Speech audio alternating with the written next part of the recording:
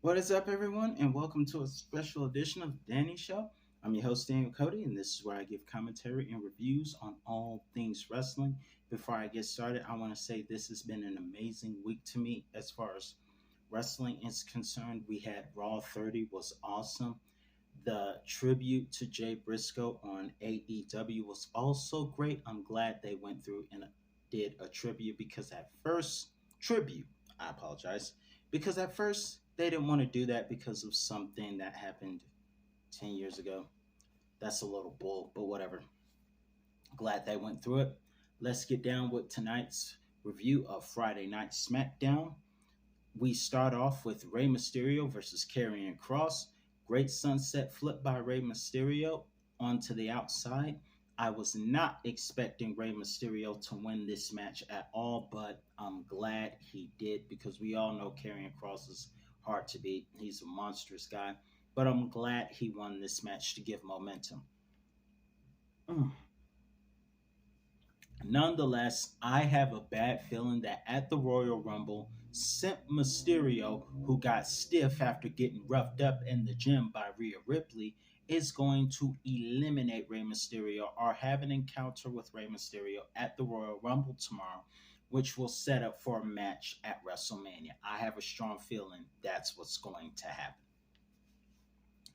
Also, moving forward, we have Austin Theory. Speaking of the Royal Rumble, Raw's Austin Theory coming to SmackDown and being mocking John Cena's phrase, "The champ is here." The New Day interrupts, and then The Miz comes out. Why is Michael Cole not happy? Because back in the day, Michael Cole was a huge Miz fan. And also, they begin to fight, and Bobby Lashley shows up, and we all know he's in a bad mood after Monday. Comes in, wipes everyone out, and I got to say, I got to applaud the creative script people who wrote this night out because having Brock Lesnar show up unexpectedly made tonight's episode of Friday Night SmackDown very interesting. And he's going to be in the Royal Rumble tomorrow. But my pick is still Cody Rhodes to win. And as much as I would love to see The Rock make an appearance like he did in 2015, I don't think that's going to happen.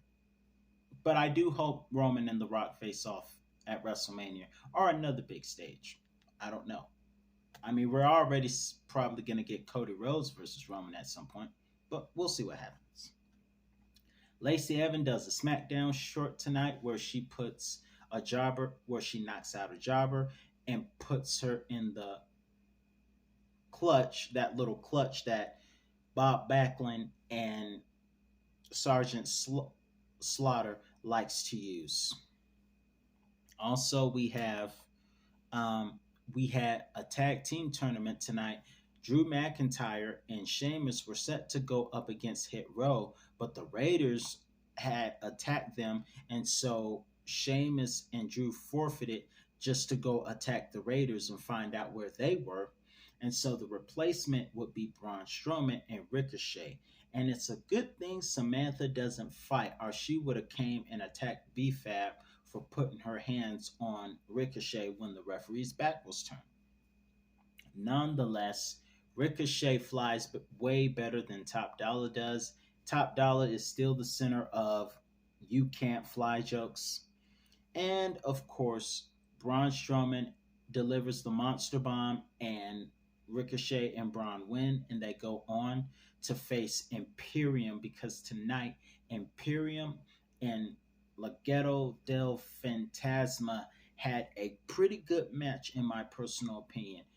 Phantasma also showed that they can fly. Zelina Vega is not on commentary tonight. I think Michael Cole and Barrett scared her off. Also, Bailey likes Michael Cole, by the way. But in any event, great match that took place later on tonight with Rick. No, Imperium and Legado del Fantasma. They fly. Vinci doing that gorilla press from the top rope was impressive, although he hurt his leg. Nonetheless, Imperium still won the match later on in the night.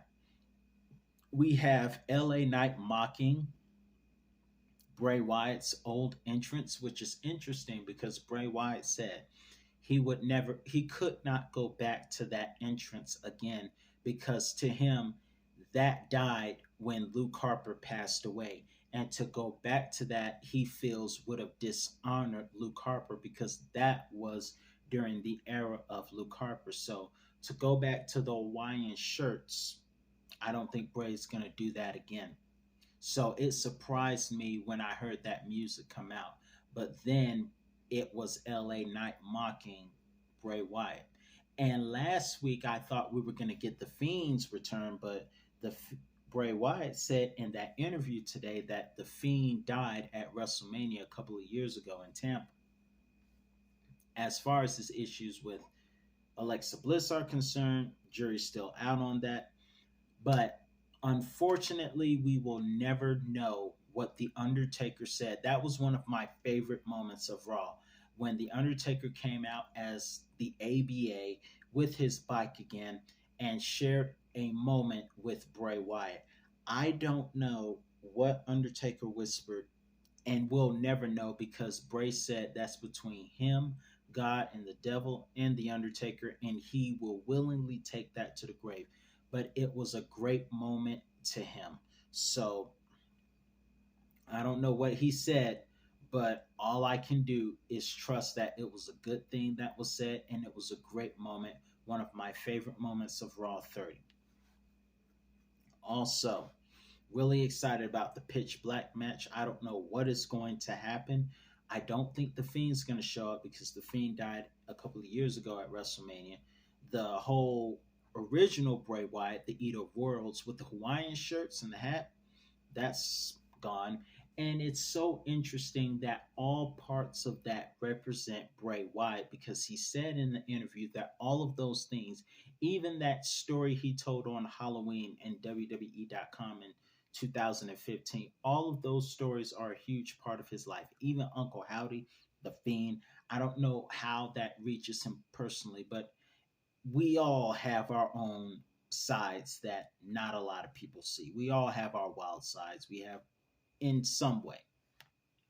But in any event, very interesting interview out of character. If you haven't seen it, check it out. It's very interesting.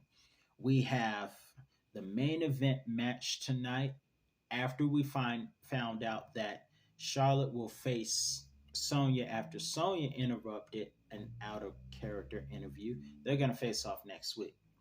So, I think that's everything. Last part, Kevin Owens versus Solo Sequoia and main event tonight.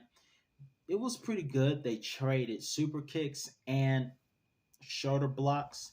We saw Kevin Owens pull out some of his best over the top, off the top rope moves from frog splashes to swantons, and he's going to have to pull all of that off tomorrow against Roman Reigns. Roman Reigns is in New York City preparing for a late night interview tonight. I'm going to see if I can catch it. But pretty good match, but Sami Zayn, who was told Monday not to show up. By the way, Tribal Court was very interesting. I really enjoyed that segment also on Raw. Sami Zayn showed up and eventually the fight continued, but I think Solo got disqualified for using a chair and eventually Kevin Owens fought off Solo with a chair but spared Sammy. But what's interesting about this is I notice Texas likes Kevin Owens again because Kevin Owens has not showed his face, if you notice, in the state of Texas since WrestleMania of last year when he got his butt kicked by Stone Cold Steve Austin, who was offered lots of money to face Roman Reigns. Excuse me. Which, but I don't. Do you think? Let me ask you this before I go. Do you think Roman versus Stone Cold would be a good match? I don't know because he had a great match with Kevin Owens last year, but the Rattlesnake versus the Tribal Chief, would that be a good fantasy match for you with the way Stone Cold is now? In his prime, Stone Cold in his prime versus this Roman Reigns would have been a banger. But right now, I just don't know. I don't know. But nonetheless, I'm really excited about the pitch black match tomorrow. My pick is Cody Rhodes to win the men's Royal Rumble. Who's your pick to win the women's Royal Rumble? Let me know your thoughts in the comments below. I'm your host, Dane Cody, and that's all the time I have for you today. And I'll see you on another review on all things wrestling, hopefully to review the fact that Cody Rhodes won. See you next time, everyone.